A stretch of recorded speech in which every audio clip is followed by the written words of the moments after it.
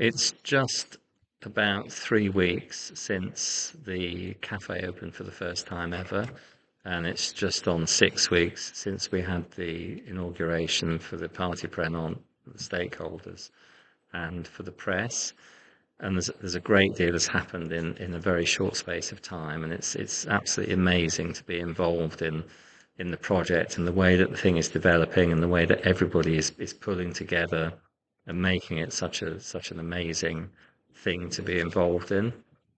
I just wanted to spend a few minutes really explaining a few things because we're in a period of time now which is quite common with projects of this type, particularly commercial projects, where it's very important that we recognize the things that we're good at and the things that we're bad at, and we try and make the things that we're bad at better, but without losing that sort of enthusiasm and the sort of the ambition that we've got, which can quite often be squashed if an organisation becomes too, if you like, too organised and too structured.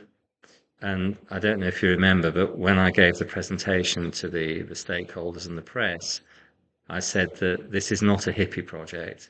I'm a businessman, and although the Association Ecopark de la Nièvre is never intended to make money, there are aspects of what we're doing here, particularly the cafe, the Salle de Réunion, which will have to be profitable in time.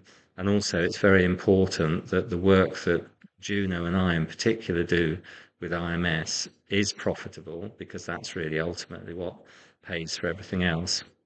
So I just thought it might be a good idea to run through a few ideas and a few explanations of what we want to do to make the thing work even better.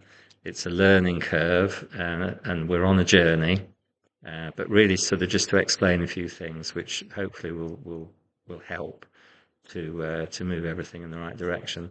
So this is one of probably 4 or 5 short videos that I'm doing. I'm doing them in English because I can explain more fluently what the processes are, and it's part of something which Juno and I have started working on and will take us through the summer to make sure that everything is as successful as it possibly can be.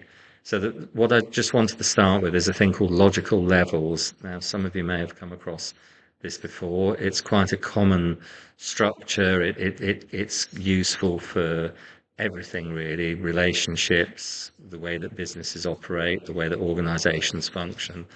And there are 6 levels. The first one is purpose, and then it's identity, beliefs and values, you can see behind me there, capability, behaviors, and environment. So the top one is purpose. Now, if we apply the logical levels to the Ecopark de la Nièvre and the things that we're doing here, the purpose is I think quite clear. It's very apparent to all of us. It's not necessarily the same for each of us, but we all have a purpose, and with that sort of common goal in mind. So that's really well established and cemented.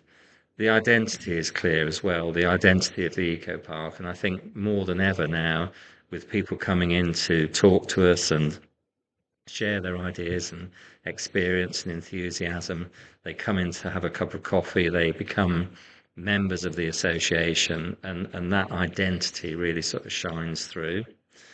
Beliefs and values, well, that's really, again, quite a strong thing. We've got, the things about belonging, a lasting legacy, inclusiveness, sustainability, and the magic for me with this project is that we all share the same beliefs and values. We've come from different places.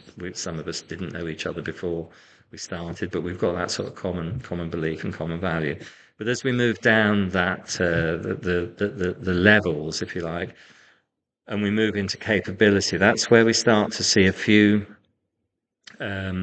gaps starting to appear. The team is absolutely outstanding, as you all know. I mean, we're all marvelous people, but there are some sort of gaps in knowledge and experience, and I think particularly in the way that we manage things. And one of the a good example of that, something that really sort of struck home to me, was when Neil put together that project plan. It's a very simple thing, but it's also very effective, and it's something that we hadn't been following, and that's absolutely crucial that those sorts of ideas are put into practice. So there's a few sort of little gaps, fissures are appearing already in the capability aspect of our logical levels. And then we've got behaviours. Well, behavior can mean all sorts of different things, but it's the way that people cooperate. It's the way that we use the space that we have for learning from each other. But also we're behaving in different ways, and I can see some of you are getting quite stressed, and some of you are concerned, and there's not enough hours to do things, and worried about budgets, and there's some people are more confident than others about the sort of the business approach that we take, and I don't want to make this a structured business. I was talking to Juno the other day, and I said I hate structure. That's not my strength. But we have to have some structure somewhere. So behaviours, there's a few things that we need to be aware of, the areas that we're perhaps not quite as good at as maybe we should be. And then finally, environment, and that's really the sort of the foundation of things. And that's it's not the environment that we would normally expect. We're not talking about permaculture or forests or anything like that. We're talking more about the environment that we work in, so the attitudes that we have, and the how stress comes into it. Where if Anna's stressed in the kitchen, that's a toxic environment, because she's preparing the food with love. And this may sound stupid, but I think it's true that if the food is prepared in a stressful way, that transmits itself to the people who are eating it. So the environment that we actually operate in is critically important. And as we move down those logical levels, little bits and pieces in capability that we could do with improving. There are aspects of behaviour. The way that we communicate with each other, for example, that needs to be